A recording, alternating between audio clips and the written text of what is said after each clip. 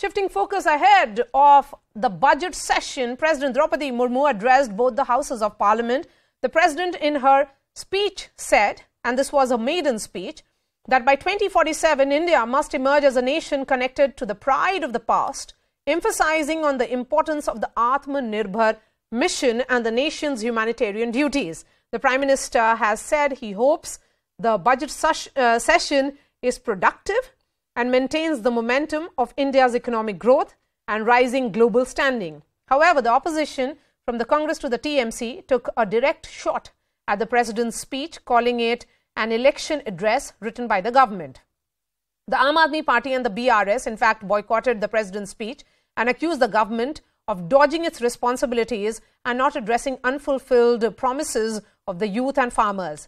The BJP accused the opposition of ignoring the president's unity pitch and insulting democracy by politicizing her speech.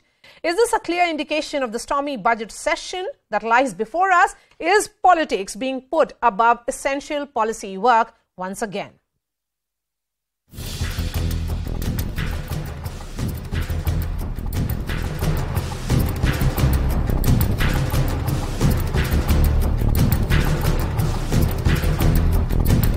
आज के वैश्विक परिस्थिति में भारत के बजट के तरफ न सिर्फ भारत का लेकिन पूरे विश्व का ध्यान है। हमें 2047 तक ऐसे राष्ट्र का निर्माण करना है जो अतीत के गौरव से जुड़ा हो और जिसमें आधुनिकता का हर स्वर्णिम अध्याय हो। हमें ऐसा भारत बनाना है जो आत्मनिर्भर हो। The Rashtrapati doesn't contest elections, but it looks like the BJP government is conducting its next election campaign through her. ये सरकार के लिखी गई घोषणाएं होती हैं, सरकार के लिखी हुई योजनाएं, उनके झूठे दावे, उनके झूठे वादे होते हैं। कल जब हम लोगों ने कहा कि इन विषयों के ऊपर चर्चा कराइए, सरकार ने कोई जवाब नहीं दिया। आम आदमी पार्टी और टीआरएस ने इस अभिभाषण का बहिष्कार किया। ये बहुत ही पीड़ादायक है। Let me bring in my guests. Tuhin Sinha, BJP spokesperson. We have Mahima Singh representing the Congress. Krishank Manne is BRS spokesperson. Our Rajagopalan, senior journalist, and Rasheed Kidwai, senior journalist. Our Rajagopalan, beginning with you, just help us understand. You must have seen several sessions of parliament and several addresses by President just ahead of the budget session. When was it that the President did not convey the message of the government and started reading a note of her own, of his own or her own? Maria, I have covered Parliament from 1977 as a young reporter till last year, till the pandemic. At least some 25, 30 president speeches I would have heard. Never heard in the history that president's speech on her own or on his own. It is drafted, cleared by the Union Cabinet. And of course, people have elected BJP 303 seats. Can Draupadi Murmu reflect what TRS or Aam Aadmi Party wants to say? No, it is not. Therefore, it is a speech. For example, TRS, which is now in the well of the house and boycotting the president's speech, back home in Hyderabad, Tamilisi Soundarajan, the governor of Telangana, was not able to address the session. Today, High Court has come into the interference and tried to bring a solution between the Chief Minister KCR and the governor. Therefore, TRS, my understanding is now they are BRS. Mr. Rajagopalan, they are BRS now. No, BRS. It is still TRS as per Lok Sabha reports because Election Commission is yet to recognize. I'm correcting you, Maria. Okay. And second thing, the BRS has been anti-women. They boycotted President Draupadi Murmu. They are boycotting the Tamilisi Soundarajan like that. Second thing, my understanding is now the budget session is going to be a truncated and again is going to be a flop show because opposition wants to ensure another 2 hour sessions are there, winter session and the monsoon session. Then the country goes for polls. Therefore, the opposition MPs are in a great disarray because the BBC and Adani are punctured now. Adani is oversubscribed. BBC Mahesh Jethmalani has taken out. Now, instead of debating about Bharat Jodo Yatra by Congress in the parliament, let Rahul Gandhi start that. There should be a public reaction. No, but why should that be debated in parliament, Mr. Rajagopalan? But you have made a point targeting TRS, and Krishank Manne is there with us. Are you anti-women? First, you are anti the governor of Telangana, and also anti Draupadi Murmu, the first tribal woman president of India. If we are, then I believe that Narendra Modi ji is much more ahead us being anti-women, because he did fight out against a lady governor called Kamala Beniwal when he was a chief minister too. Then if Modi ji was anti-women, then probably name callers would term us also. But at least our chief minister till date has not responded or reacted or sat in any national media like our governor does every often. One thing, Maria ji, see, our points are very clear. We found that the whole speech of Madam President of India was an election speech, because Modi ji himself has announced a countdown for the forthcoming elections, and generally the budget speech or before that the president's speech is the roadmap. Without even hearing the speech of the president, you had announced that you will be boycotting it. They don't because see, at least thankfully, let me come, Rajagopalan. Now, see, at least thankfully, because we've boycotted, you have invited us to listen to our voices, our state's voices, which the parliament doesn't give us an opportunity. Modi ji doesn't give us an opportunity. Our issues, they are around the Israeli software, the Israeli spy software, or any other issues. But rather than talking about states, at least no, but now, Krishank Manne, you should be highlighting that to other parties in opposition, because Israeli software and all those issues was raised by the Congress party, by the Aam Aadmi party and other parties. So you should be settling it among yourselves, the parties in opposition, rather than staging a walkout. Let's not forget. As far as the messaging is concerned, Krishank Manne, you have sent a message that without even listening to the first tribal woman president's maiden address, you staged a walkout.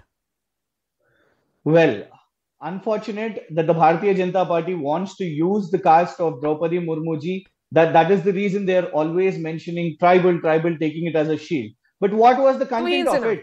Surgical strike? Did it happen this year? Yes. The previous year? Yeah. Triple talaq, abrogation of 370. The whole sense of a budget speech, it is a roadmap for the coming year, or at least a report card of the previous year. The problem with this opposition, can I come in now? Yes. The success of BJP Krishank Manne, as an instrument to President of India. The president address before the budget session always gives the sense of the government, what the government's achievements are and what they see as roadmap or road ahead. It's not something that has happened for the first time, and it is absolutely not unusual. This was following the tradition. Parampara continue ho rahi hai, if anything. Please go ahead. The problem with this opposition is that, sir, you had your word, now allow other people to speak. Yes. Maria, the problem with this opposition is that it stopped taking pride in the country long back. The reason it has become so rudderless. And every time there is some good news about the country, this opposition goes into depression. So what the Honorable President did today was highlighted our achievements of the last few years. She spoke about, the combination, the amalgamation of Virasat and Vikas, which is something every Indian should clamor for. And she spoke about our journey in the last few years, how there has been an infrastructure revolution in terms of infrastructure creation, how the bridge between, the towns and the cities and the villages have been reduced. And she spoke about our very focused determination to be one of the top two economies by 2047. So what is wrong in it? I think this opposition needs to grow out of creating anarchy, which they tried through the course of the Bharat Jodo Yatra, and the results are out. 2 Mood of the Nation surveys say that it has only benefited the BJP. So I think it needs to focus on larger issues, and I challenge them to discuss the economic report which has come out in all entirety without shifting focus to what the president should say of it, what the president should not say. Mahima Singh, you have been in power for most of these 75 years.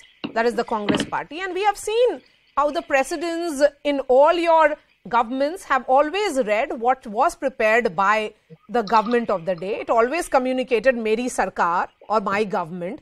So what was so unusual about Draupadi Murmu's speech? Good evening, Maria. Good evening, all. Those were the days when the constitutional head meant a constitutional head, and those were the days when the constitution was honored as it is.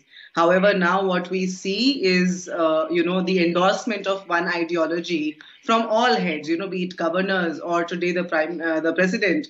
It is very, very explicit. It is very unfortunate. I was just now when I was hearing the BJP spokesperson, it was remarkable how he wants to make it sound like the good news when the country has seen, the Indian rupee hit the record low, unemployment hit record high, inflation hit record high, but he feels that there's good news, and that this is unfortunate because they live in denial. They just want to, in fact, their union minister for the MSMEs, Mr. Narayan Rane, just recently said that the country is about to hit recession by June. So, first the BJP should decide amongst themselves that what is it that they really want to indicate at. What, they are indicating as good news is actually they're living in denial and actually running away from the truth. Why are you living in denial? Good news is the IMF projections for various countries where India continues to be the fastest growing large economy.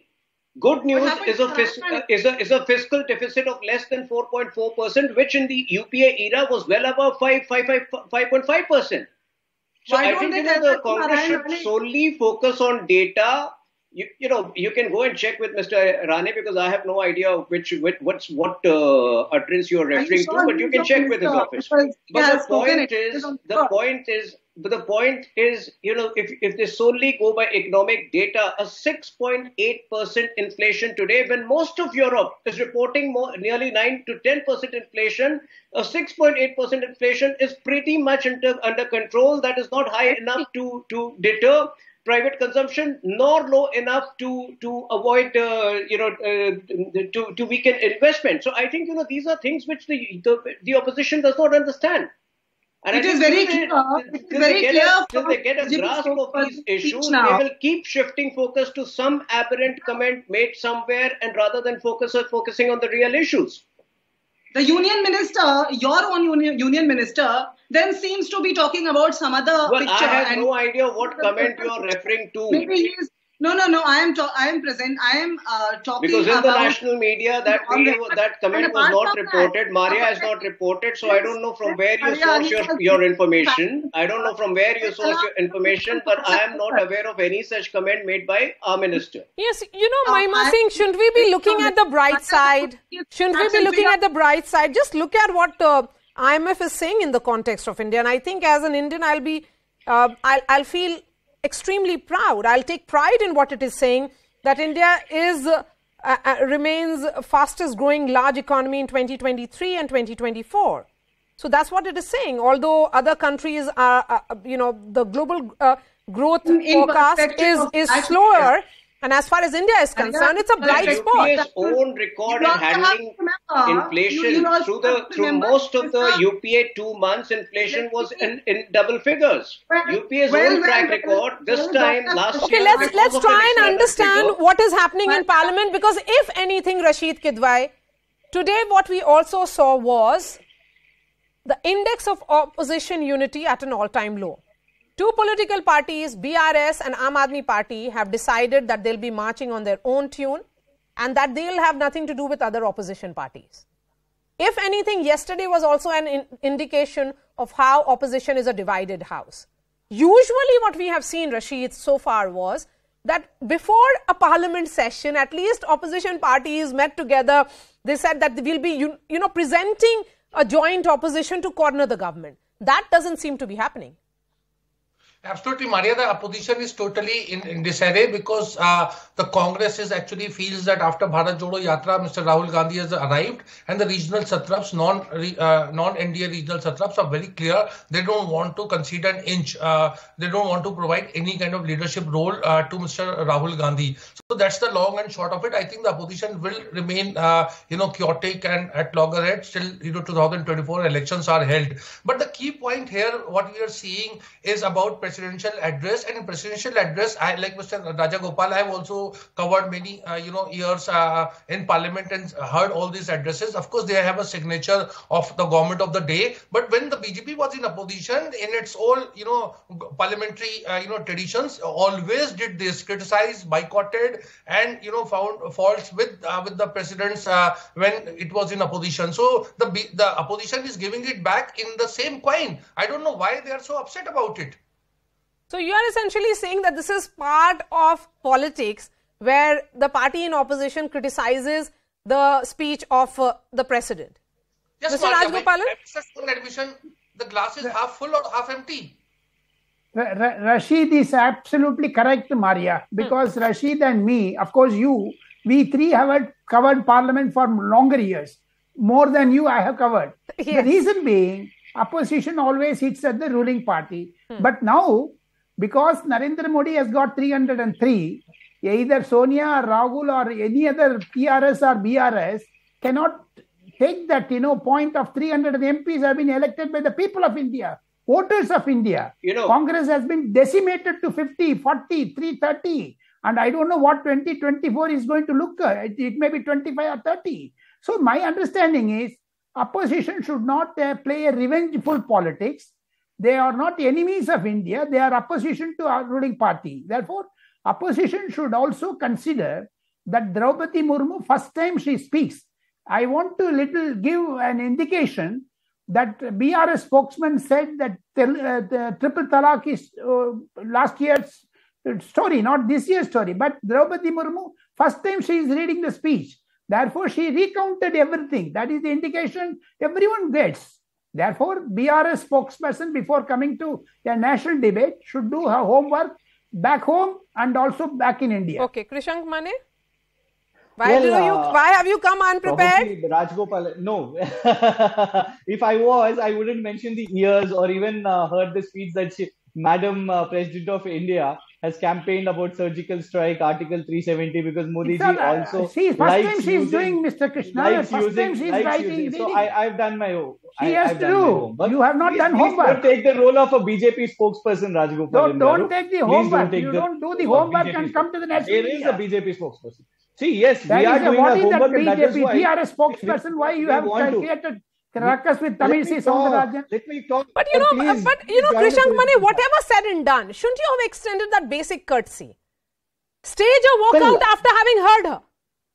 Criticize after having heard her. But without even hearing the tribal woman president, because let's not forget, that is a big achievement for our country. Having somebody of her community in the highest office is an achievement for India. Maria ji, 9 budgets are over for Modi ji's Sarkar. There are many states who want to be heard in that parliament. Please let us also be heard. We've been hearing Government of India speeches. You're talking about good days. It's not good days. You have shifted the goalpost. 2022 was the promise for housing, for farmers' income doubling. Now you've shifted it to 2047. Okay. Mahima Singh, 20 seconds to you, and then I'll give the final words to Tuhin quickly. Okay, Mahima Singh, please. Yes. I wish to tell the BJP spokesperson that he must refer to the Indian Express paper of the January 18th this year, where what I've reported here is actually, it's been reported in that paper. And the BJP talks about 25 years ahead. And what the chief economic advisor has done today, Mr.